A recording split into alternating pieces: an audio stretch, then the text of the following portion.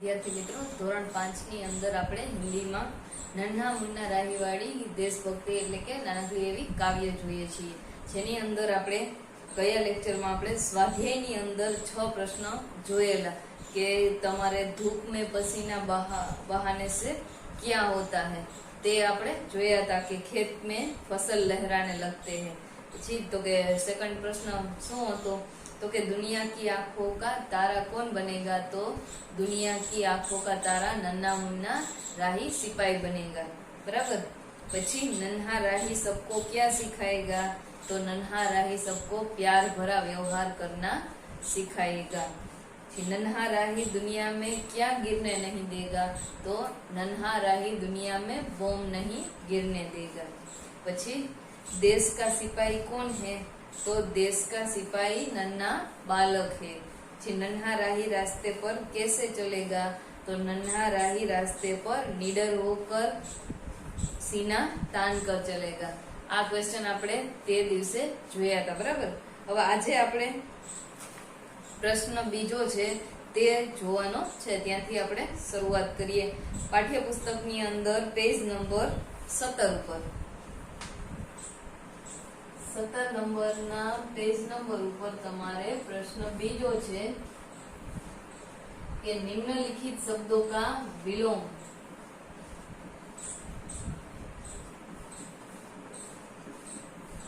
निम्नलिखित शब्दों का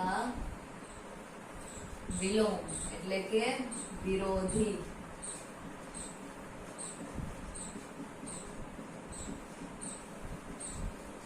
विरोधी शब्द ढूंढकर लिखिए।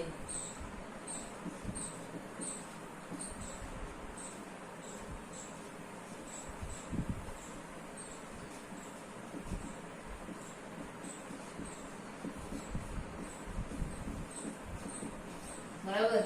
જે તમને એક શબ્દ આપેલો છે એનું શું કરવાનું છે, તો કે એનું વિરોધી કરવાનું છે। તો અને તેમાં પણ તમને સામે આપેલા જ છે, આ બાજુ જે તમને આપેલા છે શબ્દ એનું તમારે બાજુમાં જે આપેલા છે એમાંથી ગોતવાનું છે। અહીંયા આગે આપ્યું છે તો આગેનું વિરોધી શું થાય, તો શું થાય, પીછે થાય। તો આમાંથી તમારે ગોતવાનું કે આમાં પીછે ક્યાંય છે, એવી રીતે। તો ચલો પહેલેથી જ આગે। બરાબર। તો તેની સામે શું આવશે વિરોધીમાં, તો કે સાઈડમાં ગોતવાનું છે। આમાં તો અહીંયા જ છે બીજું પીછે, આગેનું પીછે। પછી અહીંયા આપેલું છે બડા, તો બડાનું છોટા, તો સામે છે છોટા, તો કે હા છે, તો લખવાનું। પછી છે દાયા, દાયાનું વિરોધી શું થાય, તો કે બાયા, તો એ પણ આ બાજુના બોક્સમાં આપેલું છે। પછી છે ધૂપ, ધૂપનું વિરોધી છાંવ। પછી છે ધરતી, ધરતીનું વિરોધી શું થાય, તો કે આકાશ, તો ઈ બાજુમાં જે તમને શબ્દ આપેલા છે એમાં સૌથી છેલ્લો શબ્દ છે આકાશ। પછી છે ઊંચા, તો એનું વિરોધી શું થશે, તો કે નીચા। બરાબર। આ બધાએ લખવાનું છે। અહીંયા આગે છે તો એનું વિરોધી શું થાય, પીછે। સરખો જ શબ્દ હોય, ટૂંકમાં સમાન અર્થ વાળો શબ્દ નથી ગોતવાનો, આપણે જે છે એનાથી ઉલટું ગોતવાનું છે। વિરોધી જો આગળનું કહેતા હોય તો વિરોધીનું શું થાય, પાછળ થાય। પછી બડા એટલે કે મોટું કહેતા હોય તો એનું વિરોધી શું થાય, નાનું થાય। બરાબર। એવી રીતે તો કે દાયા કહેતા હોય મતલબ જમણી બાજુ કહેતા હોય તો ડાબી બાજુ, ડાબી બાજુ કહેતા હોય તો જમણી બાજુ, એમ એનું જે શબ્દ આપેલો છે એનું વિરોધી લખવાનું છે। તો એમ અહીંયા જ આપણે એવી રીતે લખ્યું, આગે તો પીછે, બડા તો छोटा, दाया तो बाया, ध्रुव धूप तो छाव, धरती तो आकाश ने ऊंचा तो नीचा। आ बधाए व्यवस्थित रीते आ विरोधी शब्द लखी लेवाना छे। बराबर। અત્યાર પછીનો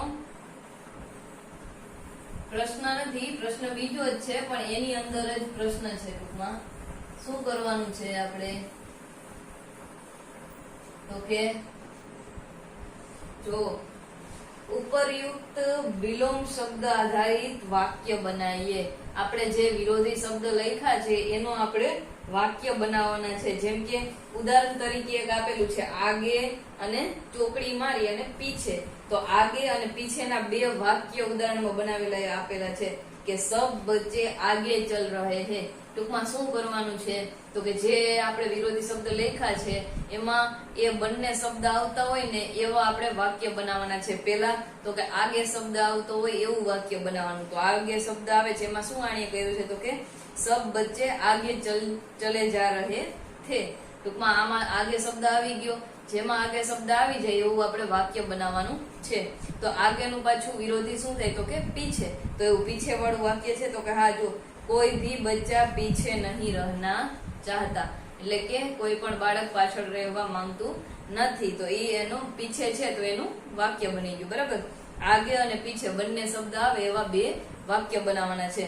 તો હવે એ તો તમને આપેલું છે બરાબર. તો આપણે ક્યાંથી શરૂઆત કરવાની છે તો કે બડા. બડા જે આપણે શબ્દ આપેલો છે અહીંયા બડા, ત્યાંથી આપણે શરૂઆત કરવાની છે. તો પેલા તો કેવું વાક્ય બનાવવાનું તો કે જે વાક્યની અંદર બડા શબ્દ આવતો હોય તેવું વાક્ય બનાવવાનું. પછી એનું જ બીજું વાક્ય શું બનાવવાનું તો કે બડાનું વિરોધાર્થી શું થાય તો કે છોટા. તો જે વાક્યની અંદર છોટા આવતું હોય શબ્દ એવું વાક્ય બનાવવાનું છે. ટૂંકમાં એક એક ના બે વાક્ય બનાવવાના છે. તો પેલા આપણે બડા વાળું બનાવીએ પછી છોટા વાળું બનાવીએ.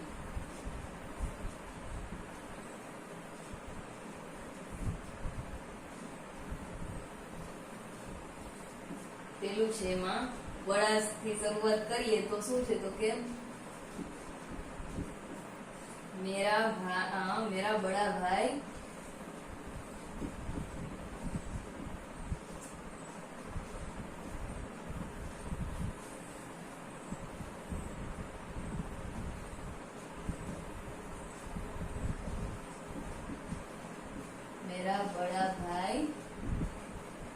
કિસાન હે.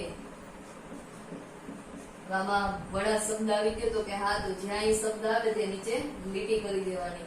પછી આ પેલા જ વાક્યનું બીજું વાક્ય મેરા છોટા ભાઈ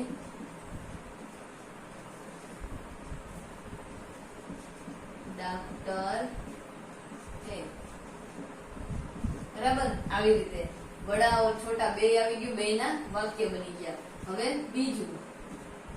બીજું શું છે તો કે દાયા. દાયા ઓર બાયા. દાયાનું વિરોધાર્થી શું થાય તો કે બાયા. તો ત્યાંથી આપણે વાક્ય બનાવીએ તો अशोक का दायां पैर जख्मी अशोक का दायां पैर जख्मी है. આમાં દાયા શબ્દ આવ્યો તો કે હા અહીંયા બરાબર. હવે તેનું દાયાનું વિરોધાર્થી બાયા વાળું વાક્ય अशोक का बायां पैर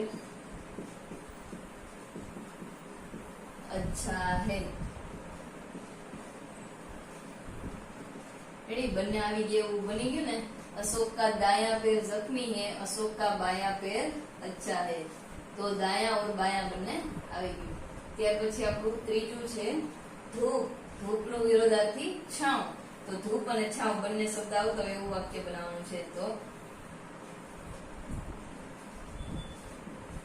धूप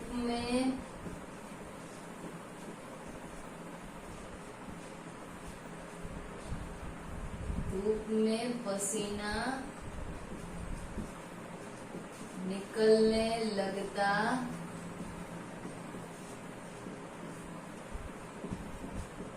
धूप में पसीना निकलने लगता है. અને ધૂપનું વિરોધાર્થી શું થાય તો કે છાંવ. તો છાંવનું વાક્ય શું છે તો કે छाँव में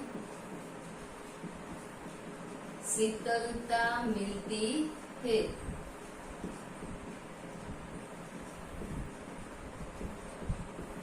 छाँव में शीतलता मिलती है। આટલું બધાએ આ ત્રણે લખવાના છે। ત્યાર પછીનું આપણે આગળનું જોઈએ।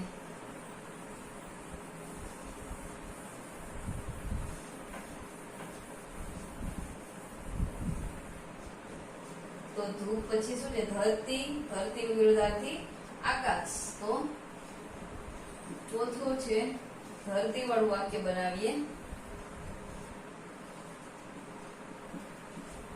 धरती में पौधा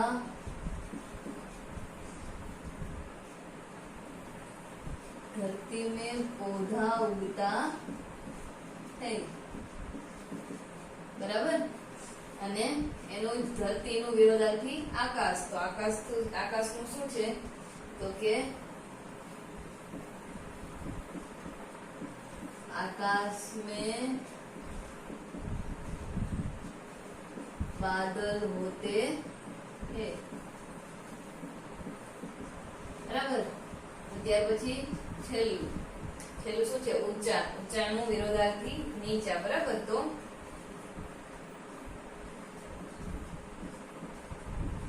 नारियल का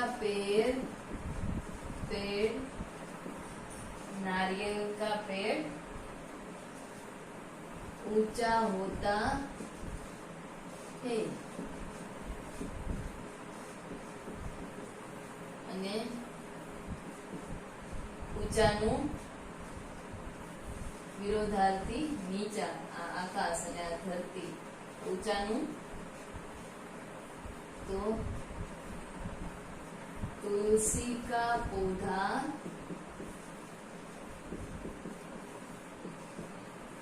नीचा होता है।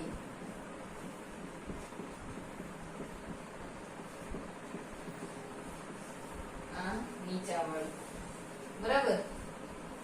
આ તમારે જે બીજા પ્રશ્નની અંદર જે વિરોધાર્થી શબ્દ હતા તેના વાક્ય બનાવવાના હતા તે આપણે જોયા। તો ત્યાર પછીનો એક ક્વેશ્ચન જોઈ લઈએ।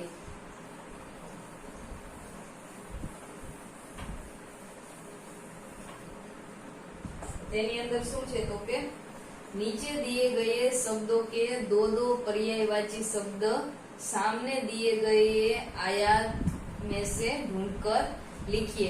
શું કરવાનું છે? તો કે આપને એક શબ્દ આપેલો છે એના સમાનાર્થી એટલે કે એના જ જેવા બે શબ્દ આપણે બીજા તમને આ બાજુ જે પીળા કલરનું બોક્સ આપેલું છે એમાંથી ગોતીને લખવાના છે।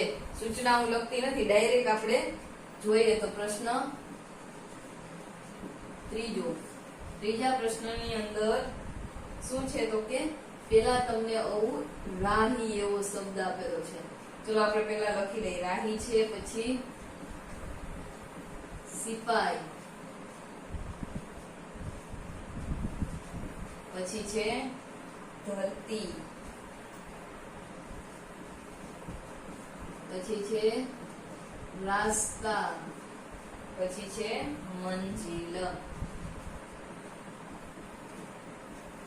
બરાબર। હવે આના આપણે શું કરવાનું છે? બે સમાનાર્થી શબ્દ લખવાના છે।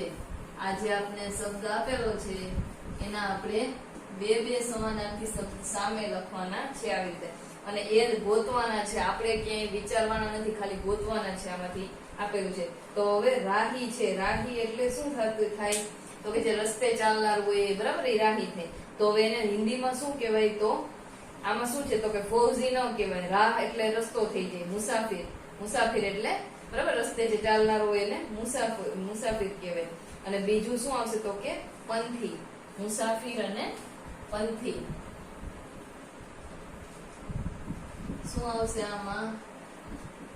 મુસાફિર અને પંથી। બરાબર। પછી છે સિપાઈ। સિપાઈ એટલે આમાં પહેલો જ આપણે શબ્દ આવ્યો તો ફૌજી અને સૈનિક, એવા બે તમને આપેલા છે। તો આમાં લખવાનું છે ફૌજી અને સૈનિક। પછી ધરતી। ધરતી તો ધરા, ધરા અને બીજું શું આવશે? પૃથ્વી. પૃથ્વી અને ધરા, ધરા એટલે ધરતી થાય, બરાબર. રાસ્તા, રાસ્તા એટલે રાહ અને પંથ, બરાબર. પહેલો શબ્દ છે રાહ અને પંથ એટલે પણ રસ્તો. હવે બે વધ્યા હશે. મંજિલ છે તો મંજિલ નું શું થશે? લક્ષ્ય અને ધ્યેય.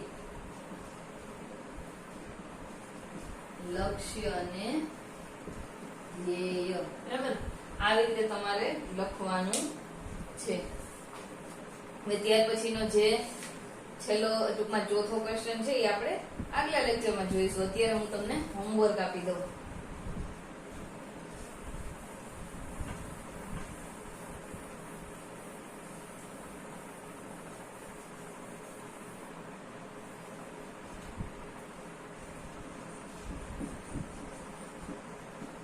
હોમવર્કમાં શું છે તો કે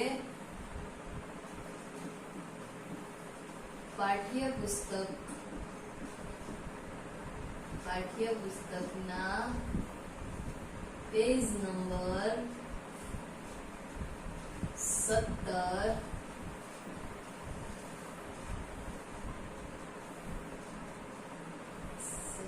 પરના પ્રશ્નોના